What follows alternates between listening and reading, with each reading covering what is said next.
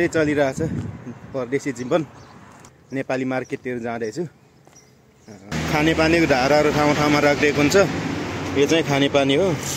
मासु अब कुन कुन खाने त्यही अनुसारको रेट छ है मासुको चाहिँ। मासु ल्याइयो। मासु बेच्ने ठाउँ चाहिँ कस्तो सफा है। यस्तो ल्याएछु मासु छाला। नेपालतिर खासै बाक्लो छाला नहुने बङ्गुरको। ठ्याक्कै यो सुरुङभित्रबाट चाहिँ म निस्केँ। ल म चाहिँ नेपाली मार्केटमा आइपुगेँ। ठ्याक्कै किराना पसल लेखेको छ यहाँ। ल नेपाली मार्केटमा के खाने हो यहाँ तन्नै छन् मर मसलाहरू। ल मैले चाहिँ यो एउटा मिक्स भुजिया ल्याएँ। भुजिया सब मिक्स छ यसमा चाहिँ। चिउरा भुजिया के छ। अनि एउटा नेपाली डिटोल साबुन अनि 1 किलो कोदोको पिठो। अब चाहिँ यहाँ एकछिन बसेर अनि रुमतिर लागिहाल्छु।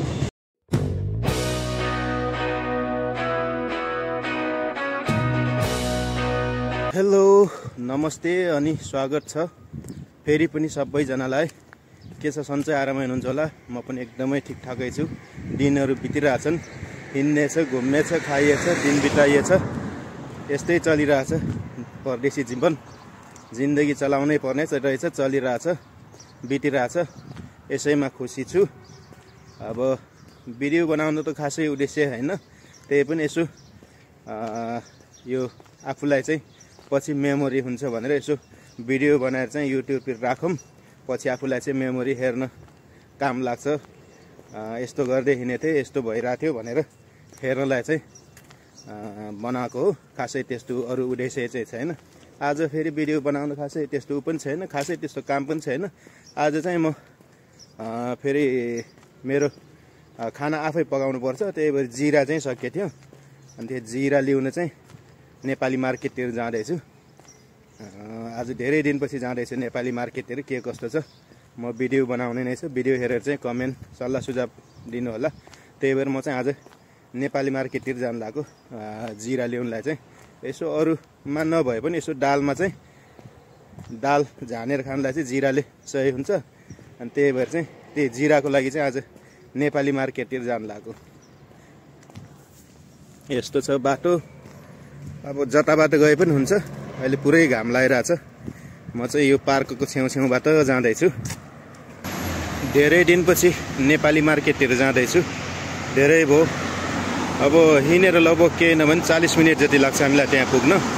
अब गाडीमा जाउँ किन गर्नु। अब हिँडेरै अब दिन बित्छ टाइम पास हुन्छ भनेर हिँडेरै जाँदैछु। यहाँ फेरि यस्तो छ खानेपानीको धाराहरू ठाउँ ठाउँमा राखिदिएको हुन्छ। यो चाहिँ खानेपानी हो। यहाँ चाहिँ भरेर खान मिल्छ। भरेर लान पनि मिल्छ। यो धारा चाहिँ ठाउँ ठाउँमा राखिदिएको हुन्छ। राम्रो हुन्छ यो पानी खानलाई चाहिँ। खानेपानी चाहिँ सही हो। खानेपानी चाहिँ राम्रो हुन्छ यो। त्यही भएर म चाहिँ हिँडिरहेको छु। टाइम पास पनि हुन्छ भनेर हिँडेरै जाँदैछु। लगभग 40 मिनट जति लाग्छ हाम्रो रुमदेखि यहाँ नेपाली मार्केट पुग्नलाई। त्यही भएर अब गाडीमा गयो भने त एकैछिनमा हुन्छ कि। त्यही अब टाइम पास गर्नु पऱ्यो भनेर हिँडेरै जाँदैछु म चाहिँ।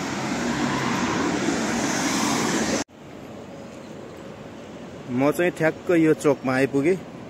कुन यो चोकको नाम चाहिँ के हो। हाम्रो नेपालतिर प्रत्येक चोकको नाम हुन्थ्यो कि यहाँ पनि होला। तर भाषा सासा थाहा छैन के भन्छ अब थाहा हुन्न। यो पेट्रोल पम्प हो यहाँनिर चाहिँ। यो ठ्याक्क चोक। म चाहिँ यहाँदेखि यता जान्छु। यतातिर जान्छु। यतातिर गाडी निकै पार्किङ छ पेट्रोल पम्प छेउमा। म चाहिँ यतातिर जान्छु। सिन चाहिँ बबाल देखिएछ। जे होस् अरू नभए पनि ठाउँ सिन चाहिँ बबाल देखिन्छ यहाँ चाहिँ। ठ्याक्क यहाँनिर आइपुग्दाखेरि चाहिँ फेरि यहाँ याद पनि आयो। यहाँ मासु पसल छ। मासु पसलबाट चाहिँ मासु लिएर जानुपर्छ कि के छ खुल्ला छ कि। खुल्लै रहेछ। यहाँबाट चाहिँ मासु लिएर जान्छु म। हेरौँ मासु चाहिँ कुन आइटमको लाने सब यहाँ आइटमको छ। जुन लय पनि हुन्छ। मैले चाहिँ 1 किलो ल्याएँ।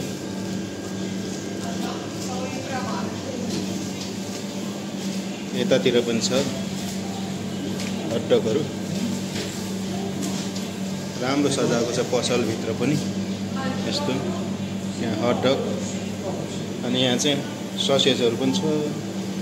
मासु अब कुन कुन खाने त्यही अनुसारको रेट छ है मासुको चाहिँ फेरि। मासु किनेर निस्के अनि मासु ल्याइयो। मासु बेच्ने ठाउँ चाहिँ कस्तो सफा है, हाम्रो नेपालतिरको चाहिँ कस्तो पुरै जिङा भन्केको हुन्छ, यहाँ चाहिँ एकदम सफा हुने मासु बेच्ने ठाउँ चाहिँ एकदम राम्रो सजाएको हरियो गमलामा बिरुवा राखेर मासु चाहिँ ल्याए। 29.5 रुपियाँ किलो भन्थ्यो, नेपालतिरको जस्तो उ चाहिँ नहुने यस्तो ल्याएछु। मासु छाला नेपालतिर जस्तो खासै बाक्लो छाला नहुने बङ्गुरको यस्तो चाहिँ ल्याएछु। यतिलाई लगभग 24 रुपियाँ पर्न गयो यहाँको। नेपालको लगभग नेपाली 700 रुपियाँ जति पर्यो। नेपालमा बरु सस्तो छ, यहाँ चाहिँ महँगो मासु धेरै। बङ्गुर मासु धेरै खाने रहेछ नि, त्यही भएर महँगो हुन्छ होला। यहाँको लागि केही पनि होइन, तर नेपालको हिसाब गर्दा धेरै महँगो लाग्यो। लखर लखर हिँडिरहेकै छु, आधा बाटो आइपुगेँ, अझै आधा बाँकी छ। टाइम पास भइरहेकै छ। मासु चाहिँ अघि नै किनिसकेँ, हातमा उचालेको छु मासु उचालेर हिँडिरहेको छु। अब नेपाली मार्केटमा जाने हो, अनि त्यो जिरा सिरा किनेर फर्केर आएर पकाएर चाहिँ खानु पर्ला। यहाँ चाहिँ घामले गर्दाखेरि नि बिल्डिङहरू पनि राम्रो देखिन्न होला, पुरै घाम लागिरहेछ। हिँडेकै छु लखर लखर। ठ्याक्कै हिँड्दा हिँड्दै चाहिँ यो चोकमा आइपुगेँ। पुरै पानीको छहरा झर्रा छ यहाँ चाहिँ, मजाको बनाएको छ पानीको फोहराहरू चाहिँ। गाडी हिँड्ने चोक।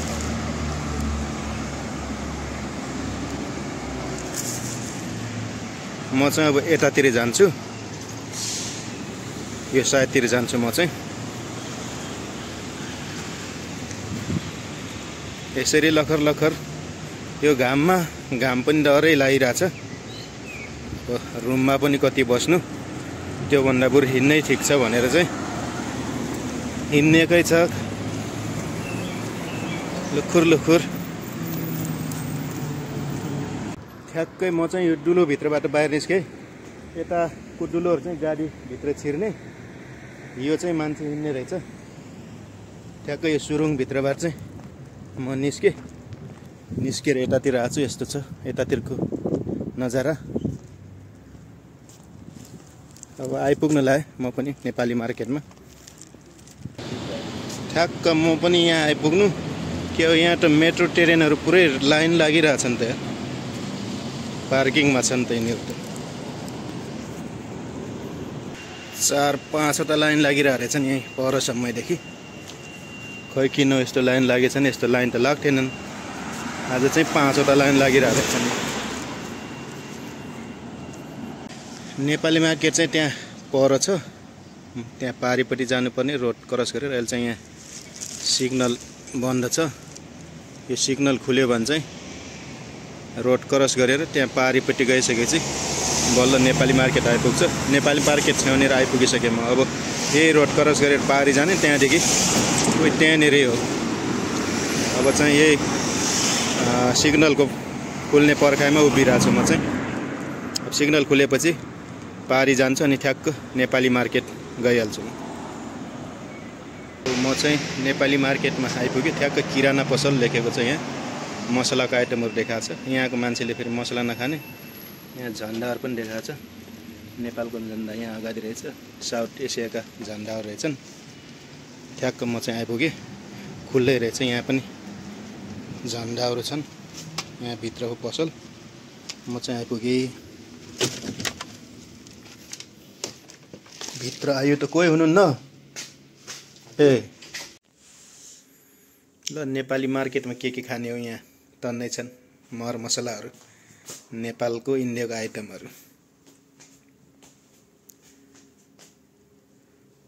अचारहरू पनि छ, मिक्स अचार, दाल, अनि यतातिर मसलाको प्याकेटहरू, चिसो, यता चिउरा भुजाहरू छ। यहाँ के खाने हो, जे खान मन लाग्छ त्यही। अब नेपाली झोलाहरू, चाउचाउ,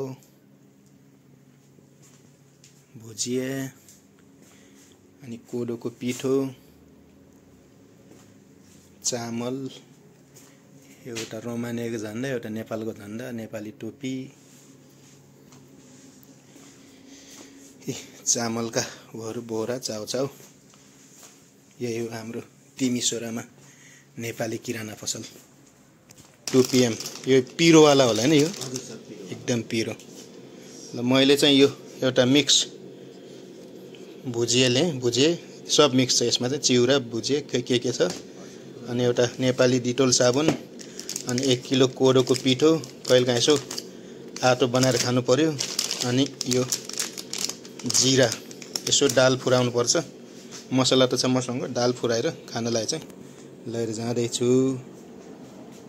भाइ पुरा फोनमा बिजी हुनुहुन्छ फेरि।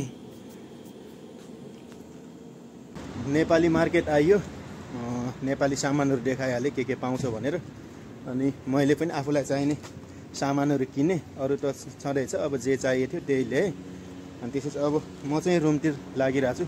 पसल नेपाली पसलबाट निस्किहालेँ, सामान किने, अनि निस्केर अब रुमतिर चाहिँ जाँदैछु। हेरौँ कतिखेर रुममा पुगिन्छ। यस्तै लखर हिँड्दैछु। हिँड्ने बाटो पनि यस्तो सही हुन्छ कि यहाँ चाहिँ घरको छेउछेउमा पिच बनाएर हिँड्नु छ, उतातिर रोड, गाडी हिँड्ने बाटो, मान्छे हिँड्ने बाटो यस्तो राम्रो बनाइदिएको हुन्छ यहाँ चाहिँ। यो चाहिँ ठिक छ यहाँ। आज पनि निकै घुम्यो। अब जाँदै नेपाली मार्केट पुग्यो, सामान ल्याइयो, अनि नेपाली मार्केटबाट सामान ल्याएर फर्केर रुमतिर जान लाग्यो। अनि घाम छ, थकाइ लाग्यो, अनि त्यसपछि यहाँ एकछिन आराम गर्नु पर्यो भनेर यहाँ बसिरहेको छु। अब चाहिँ यहाँ एकछिन बसेर अनि रुमतिर लागिहाल्छु। आजको भिडियो चाहिँ यहीसम्म मात्र गरिदिउँ। भिडियो हेरिदिनु भएकोमा सबैजनालाई धेरै धेरै धन्यवाद। बाँकी फेरि अरू भिडियोहरूमा भेट्दै गरौँला। आजलाई चाहिँ यति नै, हस्, बाई।